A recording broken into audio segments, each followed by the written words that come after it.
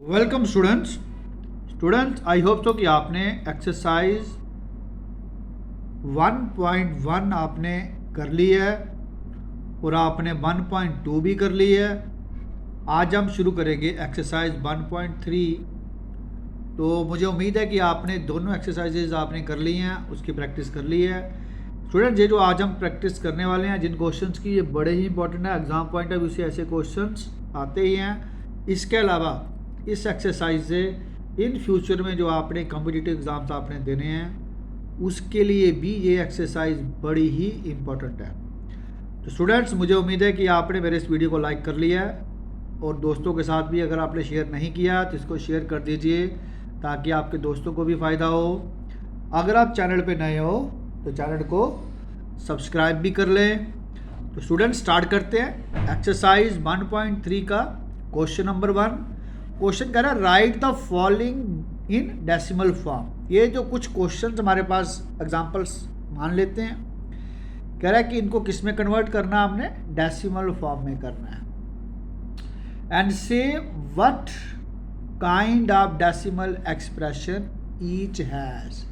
और पूछा है कि इनमें इनका जो जब हम इनको डेसिमल फॉर्म में लेके आएंगे तो वो डेसिमल एक्सप्रेशन की कौन सी टाइप है, कौन सी काइंड है।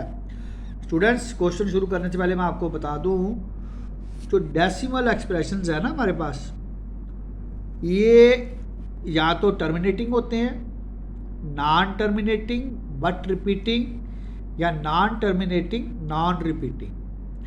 तो स्टूडेंट्स, कुछ नंबर्स हमारे पास ऐसे आएंगे जिनको जब हम कन्वर्ट करेंगे डेसिमल्स में, तो डेसिमल में कन्वर्ट करते ही वो कैसे दिखेंगे हमें, टर्मिनेटिंग। जैसे ये हमारे पास एग्जांपल देखते हैं। अब 36 है, 36 को डिवाइड किया हमने 100 से, तो आप बड़ी बात ही जानते हो, इसको लिख सकते हैं 0.36 और इसके बाद कुछ भी नहीं है, कुछ भी नहीं है। इट मीन ये पूरा ही सॉल्व हो गया।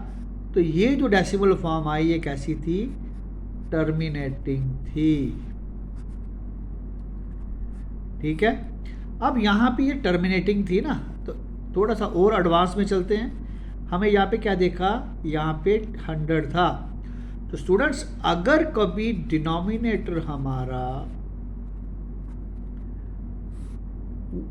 2 और 5 के फैक्टर में हो, यानी कि 2 की पावर n और 5 की पावर n, या सिर्फ 2 के फैक्टर में हो या 5 के फैक्टर में हो ओनली, या तो ये इकट्ठे दोनों आ जाएं, या अकेले 2 के फैक्टर में या अकेले 5 के फैक्टर में, तो हमारा जो डेसिमल एक्सप्रेशन है वो कैसा हो सकता है, वो टर्मिनेटिंग हो सकता है।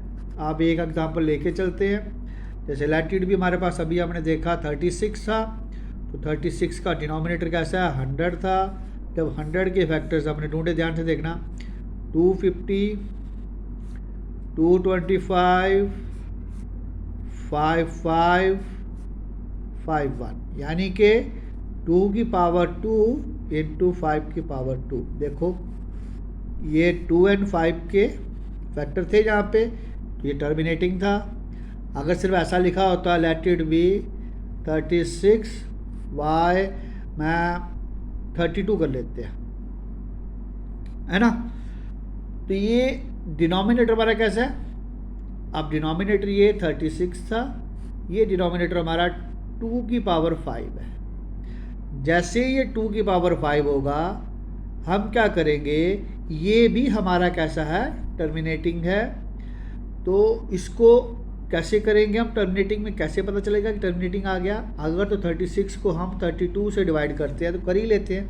देखो, ये 36 है, ये 32 है, 32 1 जा 32, कितने बचे 4, यहाँ पॉइंट, ये 0, 32 1 जा 32, फिर 8 बचे, फिर 0, 32 2 जा 64, 10 में से 4 गए तो 6, 7 में से 6 गए तो 1, 16 आ गया।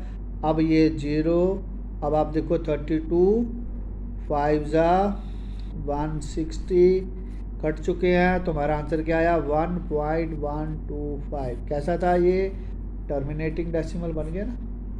सिमिलरली अगर हमारा डिनोमिनेटर 5 की पावर में लेट इट इसी कर लेते हैं 36/25।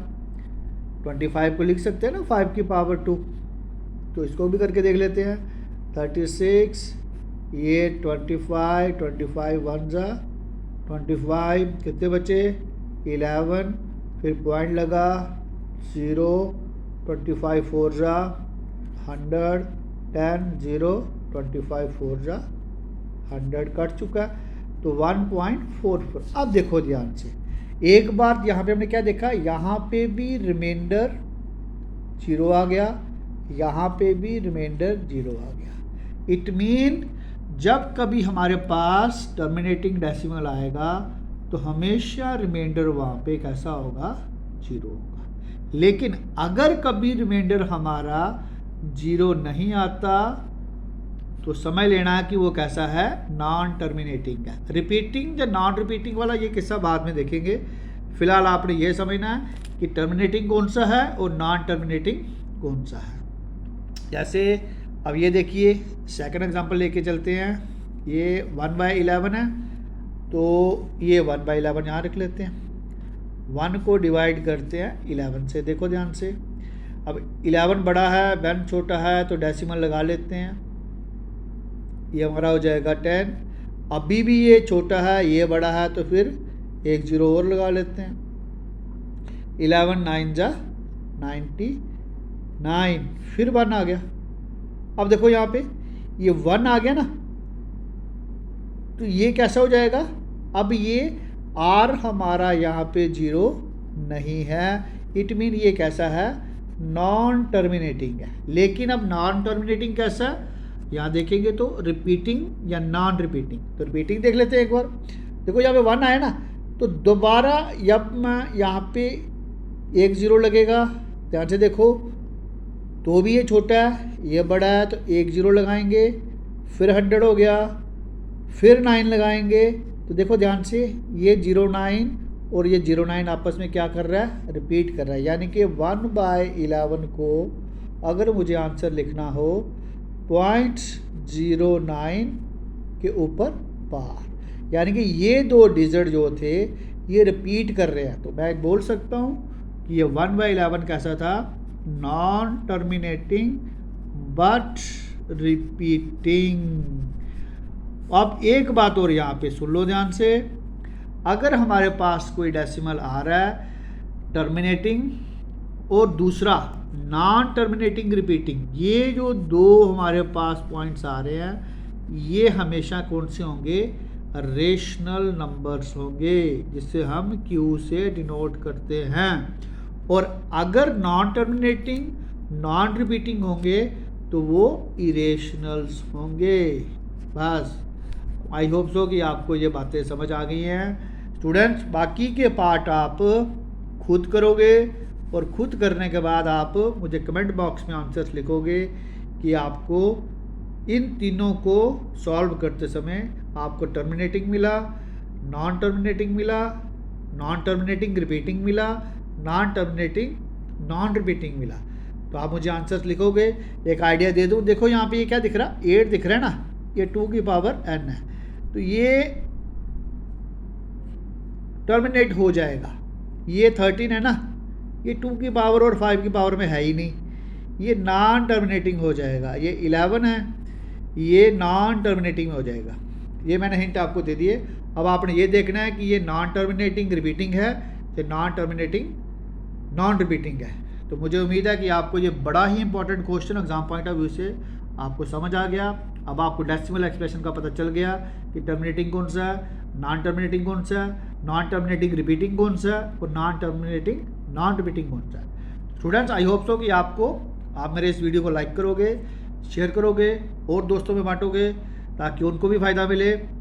तो चैनल पे नए हो तो चैनल को सब्सक्राइब भी करोगे। तो थैंक यू स्टूडेंट्स।